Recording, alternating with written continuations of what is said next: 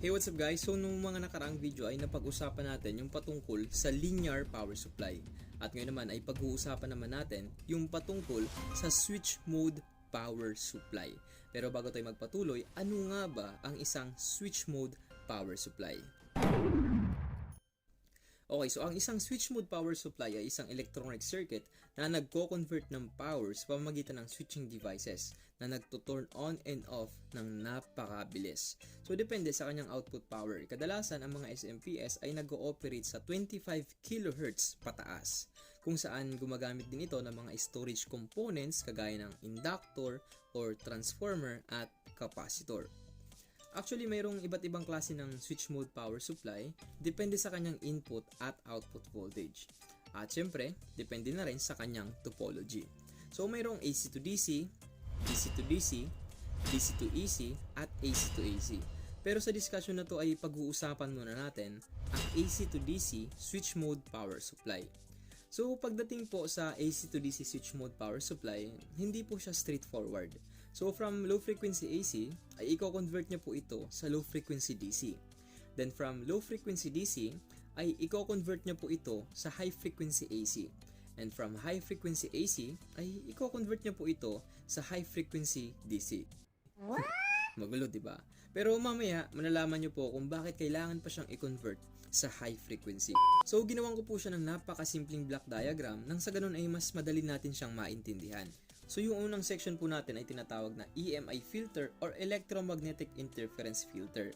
Actually, sa ibang mga SMPS, wala nang EMI filter. So, from fuse, dumiretso na sila sa rectifier. Pero, dinagdag ko na lang itong EMI filter nang sa ganun ay mapag-usapan din natin. So, ano nga ba yung trabaho ng EMI filter na to? Paano ba ito gumagana? Alam nyo kasi ang output ng ating wall outlet dito sa Pilipinas ay 60 Hz 220 volts AC. Pero hindi po yan garantisadong malinis. Mayroon po yan ng mga sumasabay na high frequency noise or interference na maaaring makasira sa mga sensitive na electronics. At para matanggal or ma-eliminate yung high frequency noises na yan, ay diyan na papasok yung EMI filter. Sa madaling salita, ang EMI filter po ay tinatanggal nito yung mga high frequency noises na maaaring sumasabay sa ating AC supply. Kadalasan, ang mga EMI filter ay composed ng isang high voltage capacitor at 1:1 ratio choke. After matanggal ng EMI filter yung mga high frequency noise ay dediretso ito sa susunod na section, which is rectifier, kung saan dito na nangyayari yung process ng rectification. So from 220 volts AC ay kino-convert niya ito sa roughly almost 310 DC. At dahil nga sa yung output ng rectifier ay pulsating DC, ito naman ay didiretso sa ating main filter capacitor nang sa ganun ay para ma-eliminate yung pulsating DC at para magkaroon tayo ng pure DC. At yung output naman ng main filter capacitor ay dediretso naman sa isang switch. Well, hindi po siya isang literal na switch na kailangan mo pang pindutin. Ito po ay isang transistor na nag-act bilang isang switch. Typically, isang MOSFET at minsan naman po ay isang IGBT. Pero kadalasan nakikita ko talaga MOSFET yung kanilang ginagamit. Bihira lang yung mga IGBT. So, yung transistor na yon ay nagto-turn on and off ng napakabilis. At ang dinadrive po ng transistor na yon ay walang iba kundi ang chopper transformer. At ang nagdadrive naman po sa transistor ay ang PWM driver or isang oscillator. So, malamang ay meron ng mga katanungan na namumuo sa isip nyo kung paano gumagana yung tatlong yan. At para mas lalo kayong maliwanagan, umpisahan natin sa pinaka-basic. Alam naman natin na ang isang transformer ay gumagana lamang kapag nagbabago or nag-alternate yung voltage na pumapasok sa kanyang primary. At dahil sa paulit-ulit na pagbabago na yun, nakakapag-create siya ng isang changing magnetic field. At dahil sa changing magnetic field na yun, nakakapag-induce siya ng voltage sa secondary section ng transformer. Sa madaling salita, ang transformer po ay hindi gumagana sa direct current.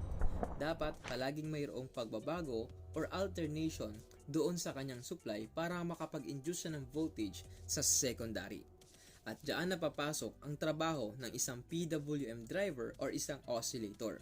Ang isang PWM driver or pulse width modulation driver po ay lumilikha ng pulse output, which is isang square wave, kung saan kaya niya ring baguhin yung kanyang duty cycle. At alam naman natin na hindi kaya mag-isa ng isang PWM driver na i-handle yung high voltage DC galing sa main filter capacitor. Checkmate.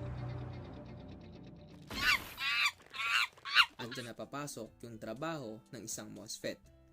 Siya yung nagsiswitch on and off ng high voltage papunta sa chopper transformer. Nang sa ganon ay magkaroon ng alternation or changing voltage na pumapasok doon sa chopper transformer para makapag-induce ito ng voltage sa secondary. So gusto ko lang linawin na mayroon po kayong makikitang mga SMPS na walang nakakabit na MOSFET or transistor. So kung saan dumiretso na ito sa mga PWM driver patungo sa chopper. Kumbaga nakadirekta yung PWM driver doon sa ating chopper transformer. So hindi po ibig sabihin nun ay wala ng MOSFET or transistor na ginamit. Kadalasan po, ito po ay naka-integrate na sa mismong loob ng IC or PWM driver.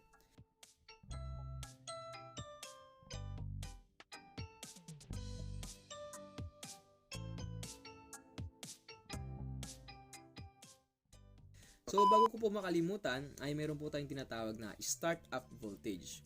So yung startup voltage po na yon, yung po yung nagsisilbing pansamantalang supply sa ating PWM driver or oscillator habang wala pang nai-induce na voltage sa ating chopper transformer.